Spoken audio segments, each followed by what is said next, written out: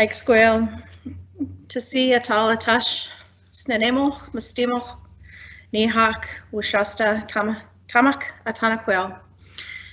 Good day. It's with deep gratitude and appreciation that I acknowledge the people and lands of the Snuneymuxw people, which I am joining this meeting this afternoon. Also, I would like to acknowledge that we serve the territories of Snuneymuxw and Staminas. Before we move into our formal agenda this evening, I would like to acknowledge that annually on April 28th is the national day that is acknowledging Day of Mourning for those that have lost their lives or been seriously injured in the workplace. I personally have experienced the tragedy of losing a loved one and a friend due to a workplace incident. And on behalf of the board, I'd like to send my profound condolences to all of those who have experienced such a loss. So I'd like just to take a moment of silence to acknowledge the remembrance and day of acknowledgement that we have today.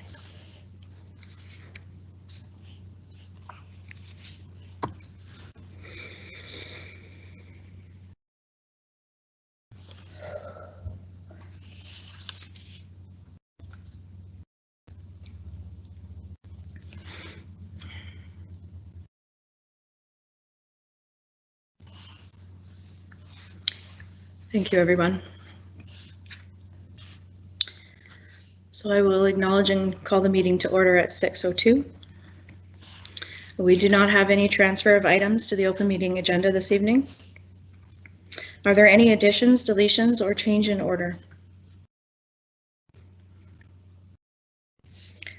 Seeing none, is there any objection to the approval of the agenda?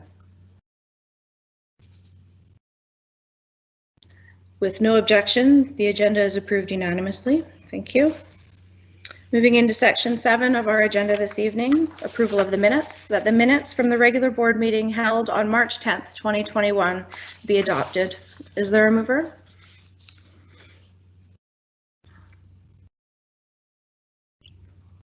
Moved by trustee Berzovich and seconded by trustee Keller. Is there any discussion on the minutes or on the motion? Seeing none, is there any opposition to the approval of the motion? Motion carries unanimously. Thank you. Moving further into our agenda this evening, section 8.1, section 72.3 reports. That the section 72.3 reports from the closed board meeting on March 10th, 2021, and the special closed board meeting on March 31st, 2021 be received. Is there a mover? I see it moved by trustee Higginson and seconded by trustee Barron. Is there any objection to the motion? Seeing none, the motion carries unanimously. Announcements and reminders, section 7 are in our agenda. We'll be holding a special business committee meeting on May 3rd, 2021. Our regular education committee meeting will be held on May 5th, 2021. Business committee meeting will be held May 12th, 2021, which is the regular monthly meeting. Board of Education meeting for May will be held on the 26th. We also have a non-instructional day on May 7th and a statutory holiday on May 24th. We don't have any presentations this evening, so we'll move into our correspondence section. 11.1, correspondence from the Ministry of Education, Assistant Deputy Minister Reg Bawa, regarding pay equity. And the motion states that the Board of Education of School District number 68, Nanaimo Ladysmith, refer the above correspondence from the Ministry of Education's Assistant Deputy Minister Reg Bawa to be received and filed. Is there a mover? Moved by trustee Keller and seconded by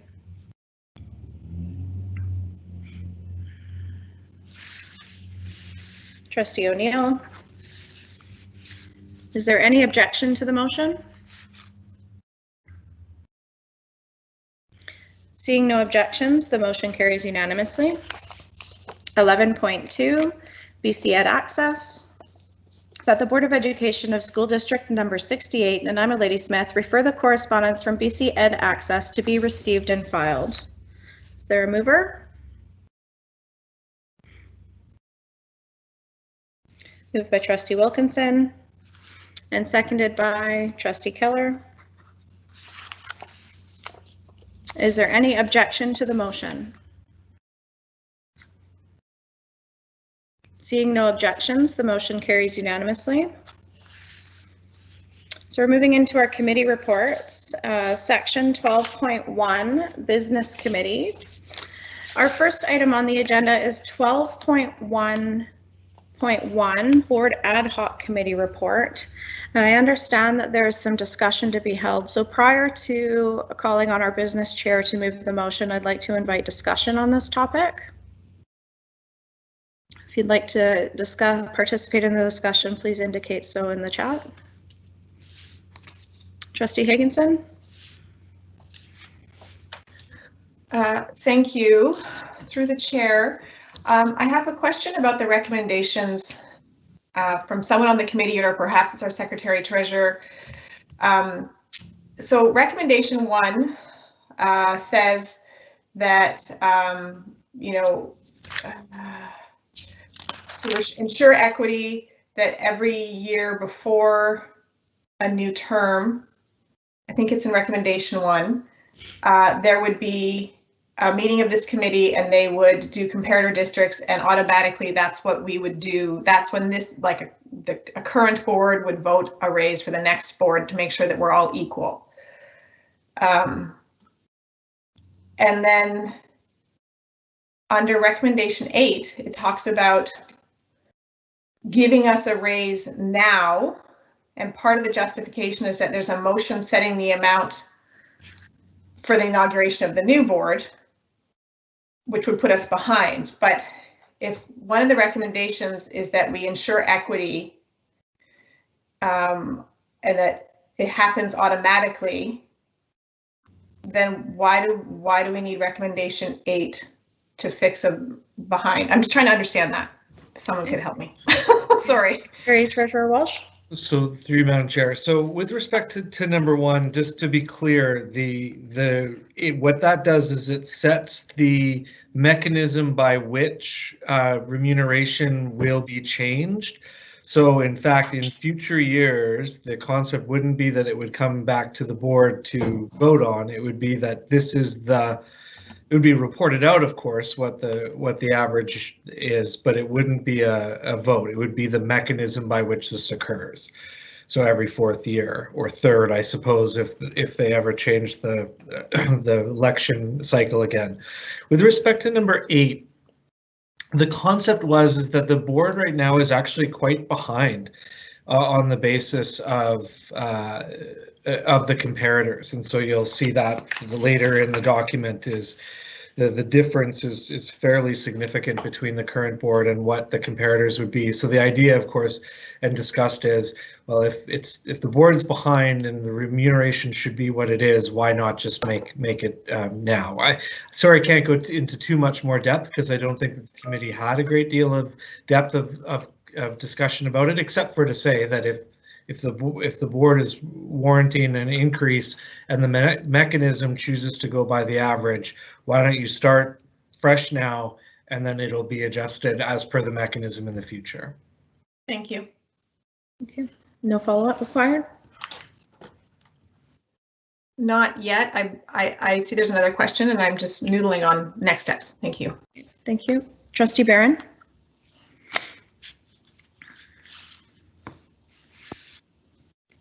Thank you, Chair. Through to the Secretary Treasurer. I'm trying to understand and get a little bit more clarification.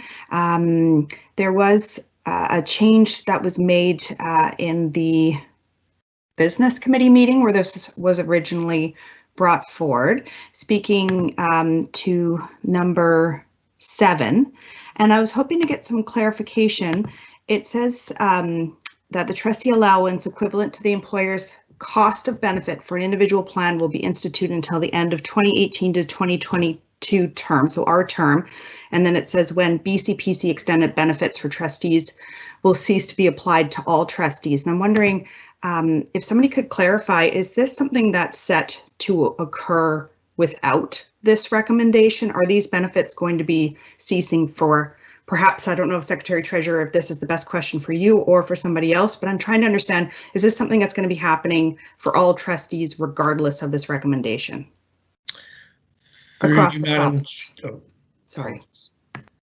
Go ahead, Secretary. Madam Chair, so no, BCPC is not making it a requirement. So the impact of the change from the business would be that the board would be making that particular shift. And so I think the idea is that what the impact of the change to number 7 would be is that rather than the previous recommendation being when the two trustees, or when trustees that, and I'm sorry I didn't get I'm going to change the word grandfathered because I've only discovered that there's better language for grandfathered, but I'm going to use that this evening. When those trustees cease to be trustees, then the recommendation initially was then it would expire, but I think the change was it just have it expire for everyone at the end of this term, but it's not a requirement of BCPC to do so. Thank you. Trustee Higginson, you have a point of information? Yeah, just on this line of questioning, I think it's also important to note that those BCPC benefits, there's very few trustees receiving them. Only about 5 or 6 boards actually had trustees on those benefits. So they, as we've heard, they were ended. Current trustees were extended in, but there's very few trustees in the province who actually are receiving benefits through this particular program, but many boards have figured out how to provide benefits to trustees through other mechanisms. Okay, thank you. Trustee Barron, do you have a follow-up question? Thank you for that clarification. I guess what I'm trying to understand is that there's still a possibility that there will be inequity of remuneration as a result of benefits for some of the grandfather trustees with the new board coming in, dependent on who's elected. Some clarification around that, please. So perhaps I can answer that for the Secretary Treasurer. This would end benefits for those whom are currently receiving benefits. At the end of this term, no trustee would receive benefits through the previous plan, through BCPC at the end of this term, if the board chose to take a look at providing their own benefits to the board, that would be separate, but no trustees would have benefits given this amended recommendation now. Could I just clarify? I framed my question incorrectly, and thank you. It still answers my question, but my question was, if this recommendation were to not go forward, is it possible that we would have inequity moving forward? So okay, so here's my question.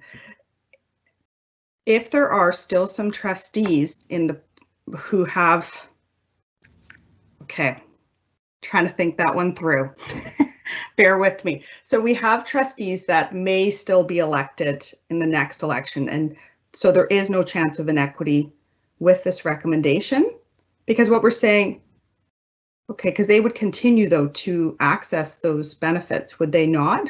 This board would, if this recommendation that came from the business committee passes, as amended, then that would mean that no trustees will receive benefits under that previous plan beginning at the next board. So there would no longer be an inequity in pay. Okay. I guess my confusion is around the fact that those benefits were offered not through us, was my understanding. And so how would we be canceling the benefits of the trustees who currently have them? That's correct. Interesting. Okay. Thank you for the clarification. Okay. Trustee Higginson, you're next on the list. Thank you. I'll sneak in that the intention of this was to end, when I put in the motion and the amendment last time on number 7, was to end inequity. The board could choose to determine some kind of an extended benefits program that every member of the board has. And that way you wouldn't have 1 or 2 people who are accessing something that the rest can't. It does not preclude the board from making some kind of action on other extended benefits. My amendment is to strike number 8 from the recommendations. So what we have before us for clarification for the board is a motion that amends the report to strike number 8 of the ad hoc committee's recommendations. Is there a seconder?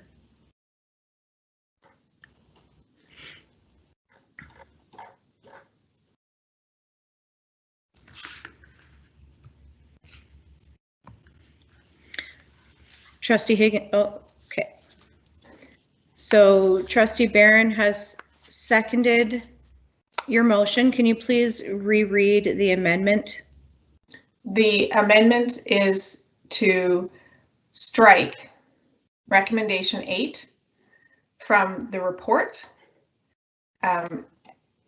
So one, procedurally, I do find it a bit awkward that we're amending the report, but it's partly because of how the motion has been worded, that we are accepting the whole report, and it's kind of all lumped into one, accepting the report and making changes to the policies. And I understand that's why we did it.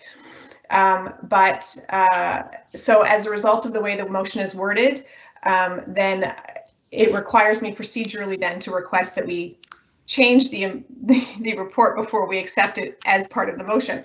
And the reason that I would like to do that is that I believe the recommendation in number 1 takes care of the inequities or the possibility that the trustees will be way behind. So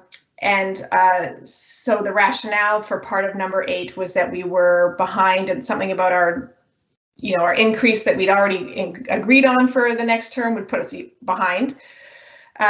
So I think number 1 takes care of that, and also because I, have been trying for a very long time to find a mechanism so trustees are not voting on their own pay increases. I struggle with it, so I don't find it procedurally acceptable that we vote on our own pay raises. So I'm glad we finally did this. I knew what the pay was when I came in.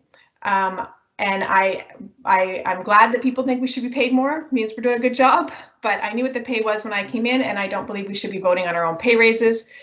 So I appreciate that there will be a bump up to bring us closer to like-sized districts for the next term. So that's why that's in a nutshell. Thank you. Okay, thank you. Trustee Barron.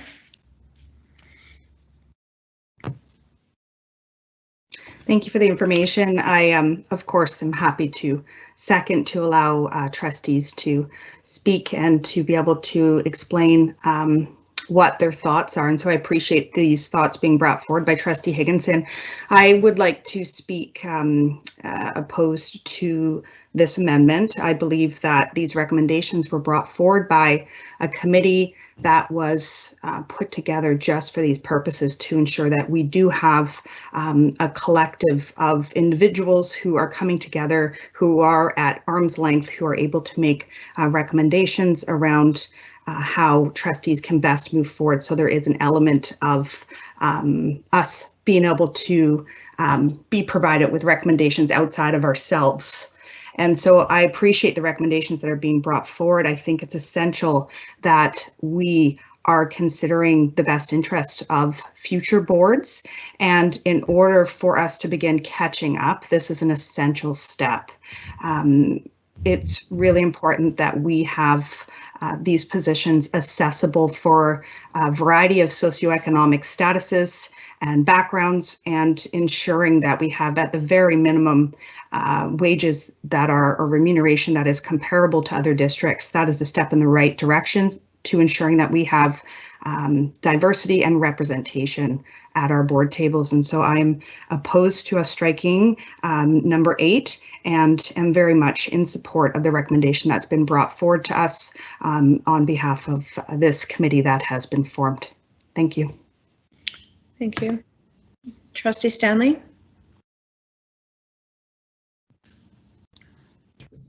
Hi, thank you. Yeah, I also speak against this amendment. I thought this was an excellent process, and I've said this at the business committee. This committee that bring forward these recommendations are a excellent reflection of the partner groups in our school district. This was not a politically influenced group. This is not a political process. This was literally the partner groups and staff members, sorry about my voice, who are part of the school district bringing forward recommendations about the work that we do. And I was very impressed by the process and the recommendations, and I think it's excellent. I think that I support them as brought forward to today, but not with this amendment. I could speak about valuing the work that we do. I think Trustee Barron just did that. I could also speak about how people who work in the care economy tend to be underpaid, and I think that that's a problem as well. But at the core, I won't do that. At the core, this was an excellent process, and it was a not political process, and it was a process of the people that are evaluating our work. And so I am appreciative of that process, and I want to I accept the process as is. Meaning I just thought it was excellent, and I want to stand by that. So I'll stop there. Thanks. Thank you. Trustee O'Neill?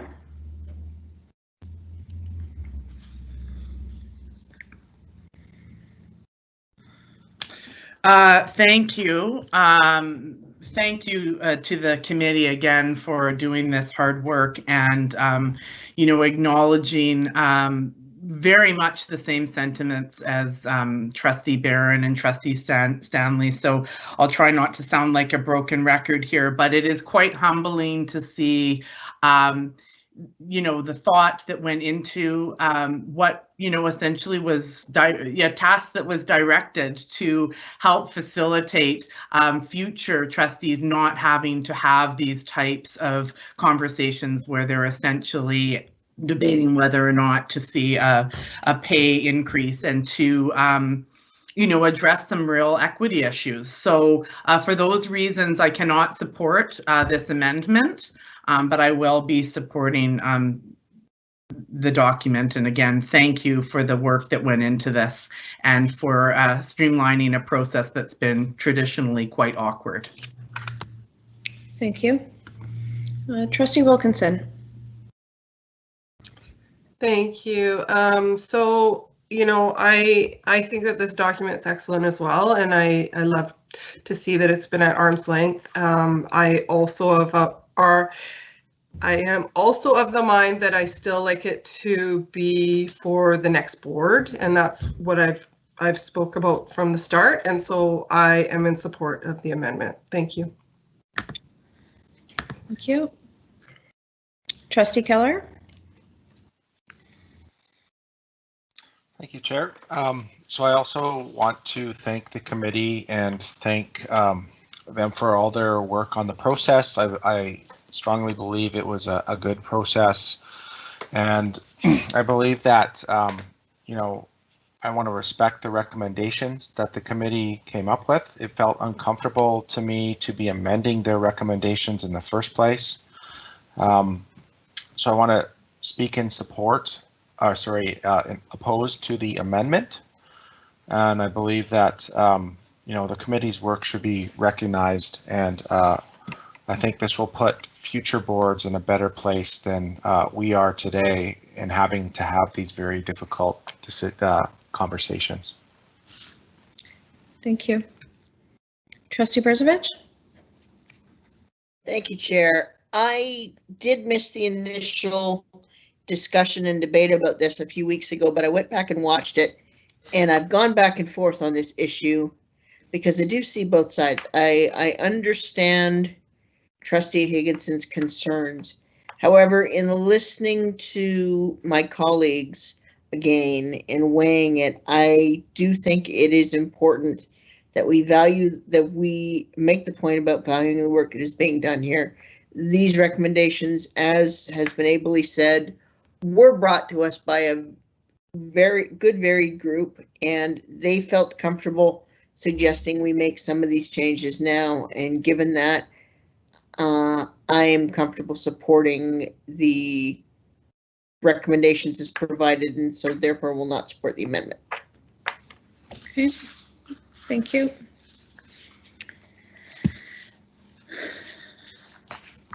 So I'm going to speak to the amendment.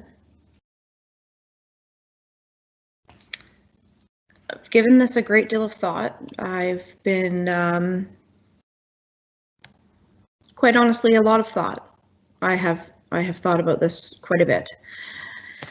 First, I will open with an acknowledgement that one of the longest standing trustees in this district, Trustee Jamie Brennan, was also a member of that ad hoc committee, and so I don't take his recommendations lightly given his length of service to SD 68 in conjunction with all of the other members of the committee, the ad hoc committee that came together. What I found most interesting was the idea that this committee came together with unanimous consensus. And recognizing the work that the board does as a whole, unanimous consensus is a really positive thing, and it's not always easy to achieve. And so I have a great deal of respect for that. That being said, I'm in support of this amendment because I am uncomfortable with voting in a raise that I would benefit from. And overall, when I think about the fact that some of our most senior leaders in the district cannot receive a performance-based raise currently under the guidelines and freeze that's been put in place by the British Columbia Schools, Public Schools Employees Association. It's a really long acronym. Hopefully I got it right. Employers, not employees, Employers Association. There are members of our staff that have worked extremely hard over the course of the last year, and we're not able to provide them with pay for performance this year under that freeze. And if they can't receive an increase, then I'm uncomfortable accepting an increase. And for that reason, I will support the motion. Should the following motion go forward, then I guess that's another decision point that I'll have to make. But right now, I support the amendment as proposed. So I don't have any other speakers on my list, so I will invite Trustee Higginson to close debate on her motion. Thanks very much. Chair, just so you know, it was the Minister of Finance who imposed that. The BCPC was stuck having to implement it. Thank you. But I will say that, so first off, I too agree this was an excellent process, and I'm so glad that we finally got to this place. We've been talking about it, since my entire term. So I'm really thankful that this board recognized the importance of having an arm's length process. And I think it was a great process. One of the things I also note is that we put the committee together to make recommendations about the process for trustees' pay for future boards. So the recommendation for this board's pay is actually kind of out of scope. And while I appreciate it, I don't feel comfortable voting my own raise. I also do want to comment that I agree with all of the things that were talked about by my fellow trustees about the, valuing this work, about, making sure that it's accessible for every person who wants to do it. And this committee, the recommendations from this set future boards up very well to do that. But it's the part about this board and our own pay that I'm struggling with. And our board on a regular basis receives reports from senior staff, from other folks, and we regularly make amendments to them. So the making an amendment to a report is clunky to make an amendment to the report, but as I said, it's because of how the motion was worded as opposed to accepting each recommendation individually. So it's not a slight of the work that was done, and it's a deep appreciation for the work that was done and the process that was used and has been developed. But I am not comfortable voting my own raise for this term, and I think that the rest of the recommendations set up future boards really well to address all those concerns that were brought up by my fellow trustees that I do agree with. So thank you. Thank you. And so debate is now closed on the motion, and so I'll call the question on the motion. If you could exercise your vote both for and against in the meeting chat, so that I can record and announce the votes. The question's been called.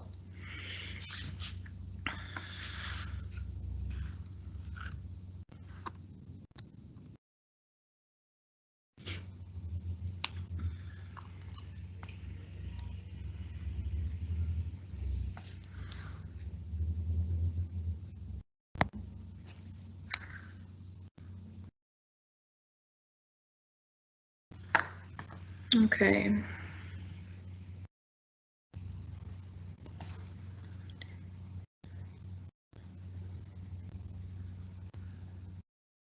So the motion carries with trustees Barron, Stanley, Keller, and O'Neill opposed. Ms. Matthews, do you have that for the record? I do, thank you. Thank you. Okay. Is there any further discussion on the report, or are we prepared to invite Business Chair Keller? So I'm seeing no further discussion. Trustee Keller, would you like to move the board ad hoc committee report motion? Thank you, Chair. That the Board of Education of School District number 68, Nanaimo Ladysmith, accept and implement the recommendations from the ad hoc committee and receive the draft policy 2.18 trustee remuneration, professional development and expenses, and circulate as a notice of motion for 30 days, utilizing the consultation process as per the board governance section 1.2.7 policy development as amended. Thank you. Do we have a second? Seconded by Trustee O'Neill. Trustee Keller, did you want to motivate the motion? I don't think there's much that needs to be added at this point, Chair. I think we had a good discussion and recognize the process, and just like to thank the committee for their work. Great, thank you. Is there any further discussion on the motion? Seeing no further discussion, I'll call the question. Is there anyone opposed to the motion?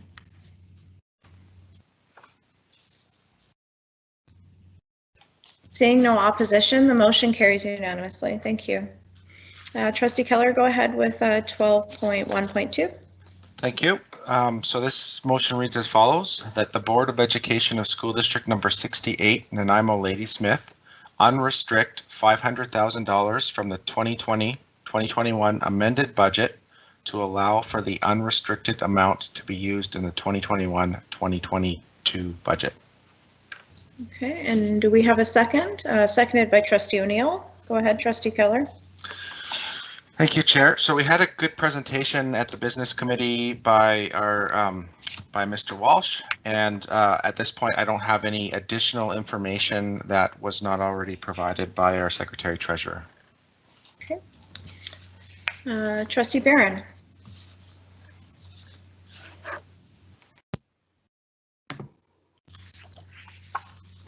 Thank you, Chair. I actually do have some questions.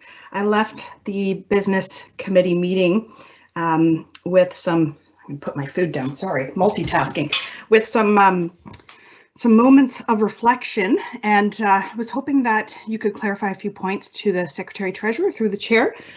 I'll ask one of my questions and then maybe I'll ask to be put back on the list. Okay. But one question I was hoping for to get some clarity around is, my understanding was prior, it was before, and correct me if I'm wrong, but I'd always thought that when funds were restricted, that meant that they were designated for a specific use. And so what I'm trying to understand is, this motion is seeking for us to move funds from restricted to unrestricted, and I don't have a clear understanding of where the funds are coming from within the restricted area of our budget that is ending soon. And I was hoping you can clarify that for me. Sure, through you, Madam Chair. So in September, the board, through motion, supported a number of initiatives. Well, I should say not just in September. So in the preliminary budget last April, and then again in September, the board supported through motion restricting funds for a variety of programs or processes, etc. So for instance, we came with a list included, support for Hulkaminam language. So that was from the surplus, just as an example. And so that was $200,000. And what happens is that money is now restricted for that purpose. In the event, by the end of this year, by the end of this fiscal, all of that money is not spent. It actually just goes right into a surplus that we come back to the board in September and say, here you are. Normally, we wouldn't come back mid-year to say, okay, well, it doesn't look like we're going to spend that money. And so we want to unrestrict it for another purpose for next year's budget, because normally we just let it go into the surplus and then we would apply it. But in the current year, there are a number of programs that are multi-year programs. And so I think I gave the example of the painting program. So the board supported upping its painting game, so to speak. So we have a very long paint program, not really great to paint the inside and outside of schools. And so the board supported funding for that.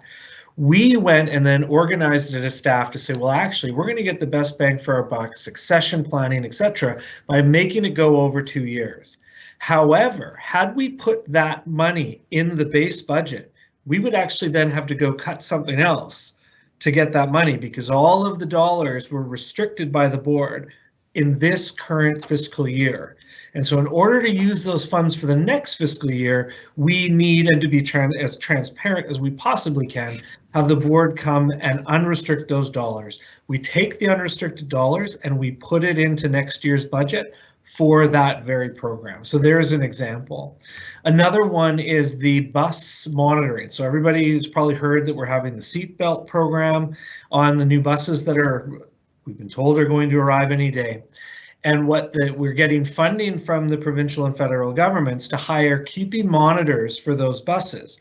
So we've received the money, but we're not going to expend that dollars, and the money is restricted, and we're not going to expend those dollars in the current fiscal year, but we know we're going to have the expense in the next. So if we don't unrestrict and then apply that money in the budget, again, we're going to have to go and theoretically cut something out of the budget in order to pay for it, even though we know that there'll be surplus funds available. So it's a bit of a transparency piece. Well, not a bit, it's all about being transparent. So if we're going to ask the board to restrict funds, we also are going to ask the board to unrestrict funds. And so again, in order to be more realistic and support programs on a multi-year basis, when you see the budget, this 500,000 would support that. So for instance, again, if the board doesn't vote for this tonight, we're going to have to go back to the budget and technically remove that painting position from the budget, and hopefully, have surplus at the end of the year to be able to support it. So it'll look very weird, because it'll look like we've created a layoff when there's not actually a layoff there, when we know that the program is multi-year. So it's a bit of a shell game. I don't mean that in the negative shell game, but it's when it's restricted by the board, we don't spend that money unless the board approves to unrestrict it, and then we come back. And in this year, frankly, we've had a few extra restricted dollars. I think we've mentioned that we didn't know how much money we were going to get for the federal grants, so we used board restricted dollars for staffing, and then we were actually got the money that we thought we could flow some of that money back in to that restricted pot, so it's unused. And so some of that will be surplus, and of course some of that will be used for the items that we're asking, or that you'll see in the budget on Monday, assuming this passes tonight. Thank you. Do you have a follow-up question, Trustee Barron? Yes, and actually that might, based on the information that's been provided, along with my follow-up, might answer all my questions, but we'll see. Thank you, Secretary Treasurer, through the chair.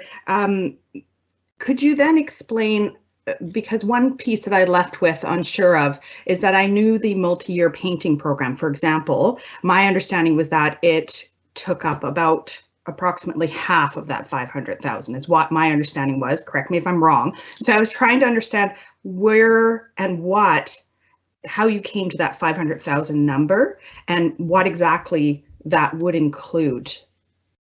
Yeah, the breakdown of that. Sure. So through you, Madam Chair.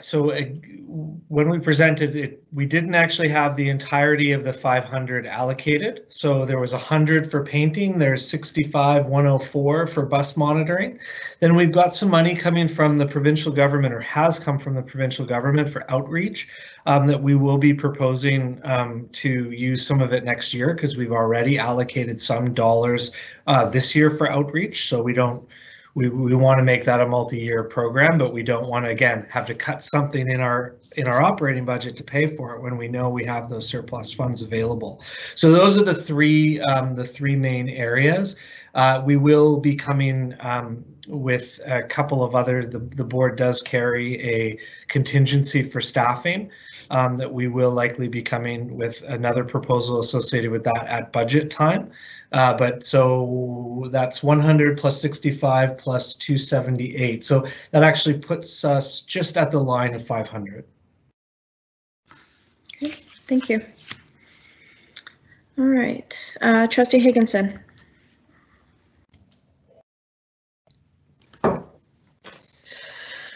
Thanks. I just wanted to actually provide some clarity on my cranky point from the business committee meeting. I was tired and cranky, and there were some questions about a particular staffing position and workloads, and I'm not sure that I was eloquent, but what I would like to say in reference to that comment, and we're talking about unrestricting the money, which is when it happened, was that instead of us at the board level being focused on individual positions, I think our focus needs to be higher up and looking at things like where School District 68 or Nanaimo Ladysmith sits in regards to provincial averages and the 4 buckets of spending, instruction, administration, operations, and transportation. Are we above or are we below? If we're above, how come we're above? How does it connect to student learning?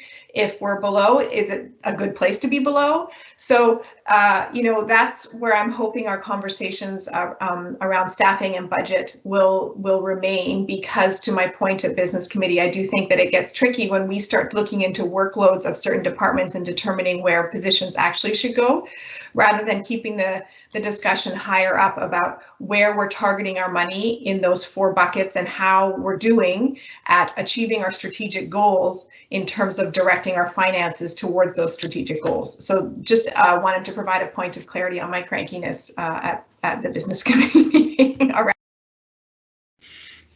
Thank you. Trustee Keller. Thank you, through the chair. So I guess my comment is sort of in line with Trustee Higginson in the sense that I'm kind of questioning in a way a little bit of what she was talking about, in the sense that for the positions we're talking about unrestricting, if the board is providing oversight at the high level at budget time and having to make decisions in programming, how does unrestricting the funds at this time affect that discussion?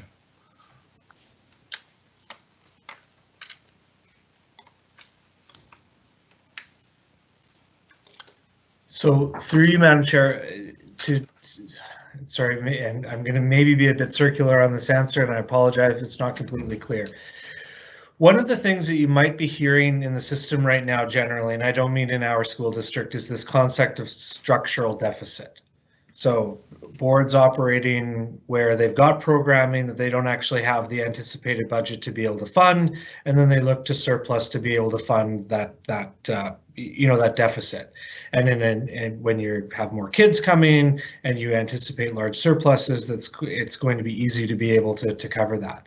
In our circumstances in this district, we do not operate that way. So for instance, when the board approved the painter position, I won't say painter position, when the board approved additional funding for painting, it was on a one-time basis.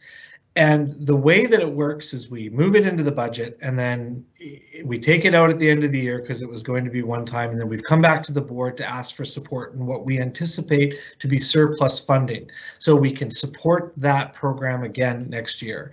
If the board if the board tonight didn't approve this, staff would go and we'd say, okay, we're either going to say, sorry, that is gone, and we'll come back in September and see if the money is available, or alternatively, we would build it into the budget and come to the board with a deficit.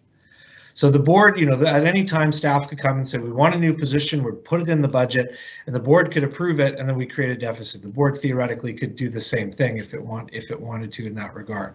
So when the budget comes, we are going to be presenting the budget, including, and we will be very clear about where this essentially new restriction, or the unrestricted dollars, will be used in the budget. Because I know this board is very careful about not spending its surpluses, or not spending beyond what it actually brings in, and so we'll be very clear about that. And so the board theoretically will have a second kick at the can to say, okay, well, wait, actually, no, we don't want that money spent in that particular regard, don't proceed in that way. So really, by approving the motion this evening doesn't impact the board's ability to say no to something at the budget that's coming up in a week's time. But maybe I would add one other thing though. I would say that with respect to the idea of debating a position, as I think we've talked about, is very much in line with when we come to the board with our operational plan, and when we come to the board with, you know, how we're doing, and the board asks questions about how we're going to make it better, or when the operational plan comes up, is I think actually the fundamental input to what we do. So of course the difficulty is in the next month we're going to be consulting on a budget, and you know, we don't anticipate large structural changes. We're in a reasonably healthy position that we'll be able to report in our agenda that comes out tomorrow evening. But it is, of course, very difficult for us to start getting into, well, we like this position and not this position, and this position and not this position, the kind of in the last month before a budget is built. So I guess I would say that is the caution that I might raise. Trustees, of course, can do what they feel with respect to acting by motion, but we very much plan on those board operational plans generally. Do you have a follow-up question, Trustee Keller? No, that's great. Thank you, Secretary Treasurer Walsh. Thank you. So I have a clarifying question for the Secretary Treasurer, and perhaps I'm oversimplifying and you can tell me that. By unrestricting these funds, we are essentially providing staff with the ability to come back to us with their best case scenario budget for next year, regardless of whatever those positions might be. This gives you that flexibility to go away, come back with the best recommendations for moving the system forward for next school year within the budget for the board to approve. Through you, Madam Chair, absolutely it does. Okay, thank you. Trustee Barron?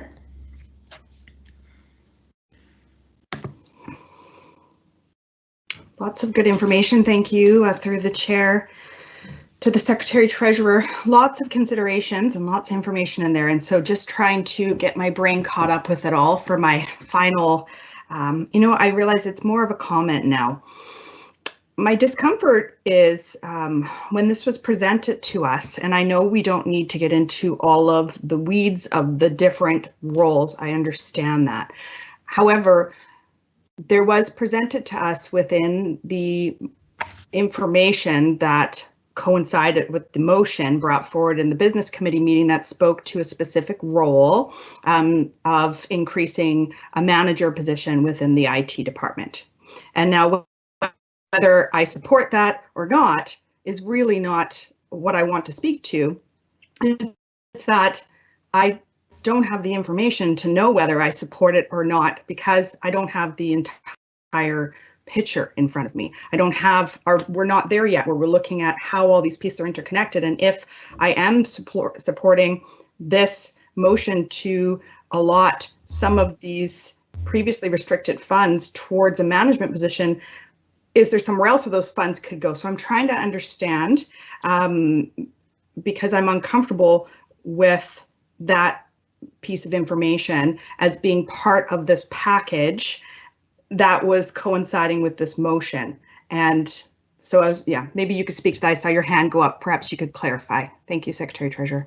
Secretary Treasurer. Yeah, through you, Madam Chair. So again, apologies, we're trying to give the board as much information about the various, planning stages for what we're doing with budget as possible. So we're trying to bring information forward at everything, and it was an error on my part not to separate this motion and what it's doing from the other aspects of budget planning. So the IT manager is completely unrelated to these dollars. We're not using any iota of this money to support the IT manager position that we're proposing. Well, so in that particular case, let's just assume it's the Secretary Treasurer's budget, and I have $100 to provide all the services of the Secretary Treasurer. I'm going to come to the board and I'm going to say, you need governance and you need me at meetings and you need, a consultant here and you need this and you need this. That's the $100 that I asked for last year. I want the same $100. But I'm going to change what's happening within that $100. That's what the IT proposal is about. There's no additional funds being requested for IT. So this 500 is totally unrelated. It's just the way that the batch of services that is being proposed to be provided by IT within its budget that it was allocated the previous year without any additional increase is provided. There'll be some similar, very small tweaks in facilities that are somewhat similar, just like there'd be small tweaks in some other departments as well. So this 500, the voting on this, it doesn't impact that particular issue at whatsoever. Okay, thank you. All right, is there any other discussion to the motion? Trustee Keller, would you like to close debate? Thank you, Chair. I think everything that was said was good, and I appreciate the responses provided by Secretary Treasurer Walsh. Okay, thank you. So with debate closed, I'll call the question. Is there anyone opposed to the motion?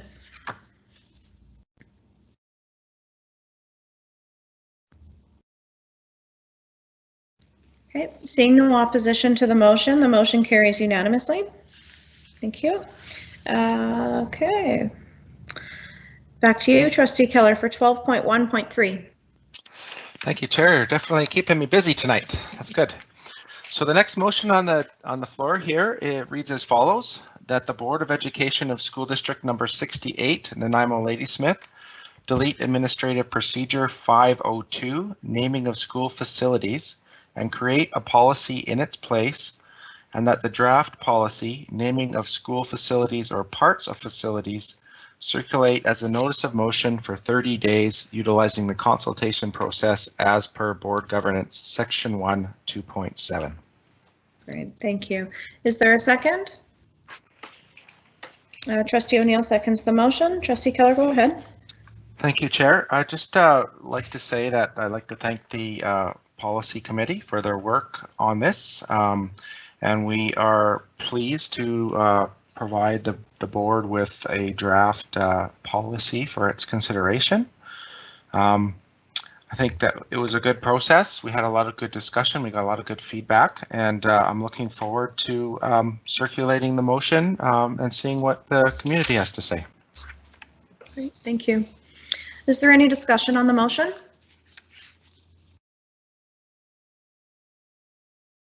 Seeing no discussion on the motion, I'll call the question. Is there anyone opposed?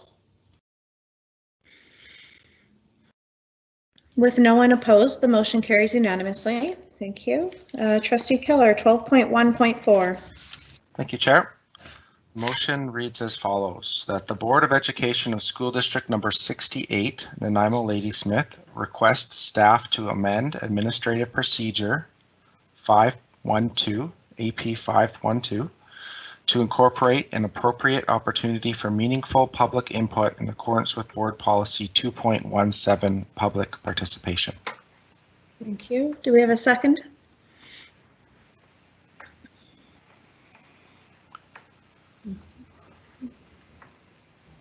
Seconded by Trustee O'Neill. Trustee Keller, go ahead.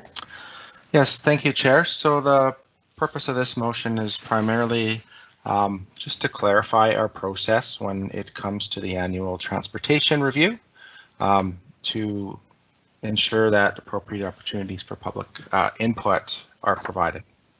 Okay, thank you. Is there any further discussion on the motion?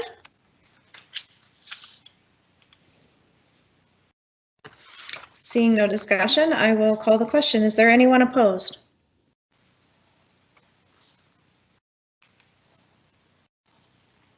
With no one opposed, the motion carries unanimously.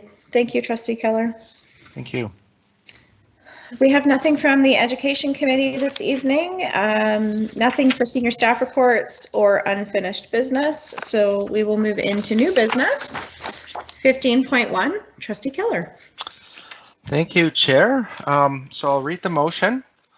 that the Board of Education of School District Number 68, Nanaimo Ladysmith, direct the board chair to write a letter to the Minister of Education, Provincial Minister of Finance, and Federal Minister of Finance to request the federal and provincial COVID-19 response special purpose funding to be maintained at 2020-2021 levels for the 2021-2022 school year, to ensure school districts are able to maintain their current enhanced health and safety measures in support of healthy learning and working environments for students and staff during the COVID-19 pandemic. Thank you. And it's been seconded by Trustee Brzovic, if you'd like to open. Yes, please. So thank you, Chair. I brought this motion forward at the Business Committee meeting after hearing from our Secretary Treasurer with the approximately $6.5 million COVID provincial and federal funding that's about to come to an end.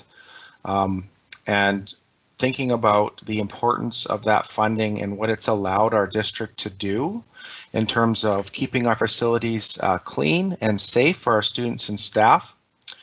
And I think it's really important for us as a board, despite some other movements that might be happening at a provincial level, to communicate our leadership and our support to maintain the funding so that we're able to keep our schools clean and safe going forward in September, because we don't know at this point in time what the status of the pandemic will be. I hope for the best, but I want us to be prepared at the same time. So thank you, Chair. That's all I have at this time. Thank you. Trustee Higginson? Thank you. I really appreciate the motion, and I'm glad that it's been brought forward and moved and seconded. I just want to get some clarity to make sure that I understand what it is we're looking to keep, because boy, do I ever love our daytime custodians, and so does my son. He really loves Sarah. And not to mention the improvement it's had on our buildings, and I think it will have a long-term effect on the maintenance of our buildings. So having said all that, the current enhanced health and safety measures also include some things that I think some of us actually are going to celebrate when they get rid of, like cohorts, for instance. So I just want to make sure that it's these sort of facilities related ones that we're talking about, and I'm not going to seek an amendment, in the motion for clarity, because I think we can make sure that we're clear in the letter going forward, but I just want to make sure that that's what we're talking about and not like every single thing, because I also know my son really doesn't want to wear a mask anymore if he doesn't have to. So certain things I think we want to keep and certain things we don't. So just looking for some clarity to make sure that it's not doing everything we're currently doing, but just some of those extra costed cleaning things that we have really come to appreciate in our schools. Trustee Killer? Through the chair to Trustee Higginson, my intent behind the motion, to try and answer your question, it really depends what state we're at the time. So if there are additional costs associated with things like masks and cohorts and things that we don't necessarily want to do but we have to do, then those should be covered beyond our normal operating expenses to ensure that our schools are safe. So my intent is definitely not to do more than what's required to keep our schools healthy and safe, but just the fact is that we don't know, knock on wood, I hope by September we're back to normal, but at this point we don't know that. So I'm hoping to put forward this motion to try and secure the funding that we need to keep the measures in place that are going to allow us to keep our schools clean and safe. Okay. Trustee Higginson, does that provide the clarification you were needed? It does. Thank you for the clarity. I really am in support of this motion. Thank you. Thank you. Trustee Brzovic. Thank you, Chair. I am also in support of this motion. I think that, I certainly hope that we are able to meet the targets that the Premier and Dr. Henry has spoken about, vaccinations and being able to move forward and getting to more normalcy. Regardless of that, even if we do, I think that these extra cleaning protocols and the funding for that, it would be necessary. The extra cleaning protocols will help people to have confidence as we transition back to that normalcy. Because some reading I've been doing has stated that there are concerns that we've been in this now so long that people are going to be fearful or could be fearful even beyond the point that there's a need to be. So anything that we can do to create confidence for the public and for parents that we are doing everything we can to keep our schools safe is important and is necessary. And we will need financial support to allow us to keep those daytime custodians, et cetera, et cetera. So thank you. Thank you. Is there any further discussion on the motion?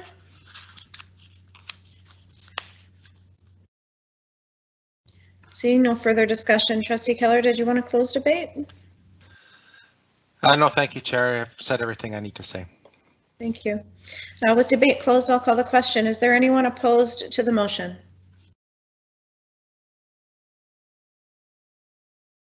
With no opposition, the motion carries unanimously. Thank you. Moving into the next section of our agenda for information, there's a board motions report, trustee committee reports. Are there any questions from the board on those items? Seeing no questions, we'll move on. Ms. Matthews, are there any questions from the public for question period this evening?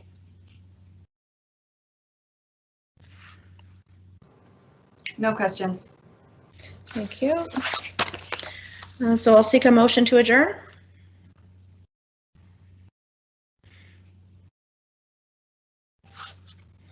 Motion to adjourn by Trustee Barron and seconded by Trustee O'Neill. Is there any opposition? So I'll call the meeting adjourned at 7:02. Thank you, everyone. Have a great evening.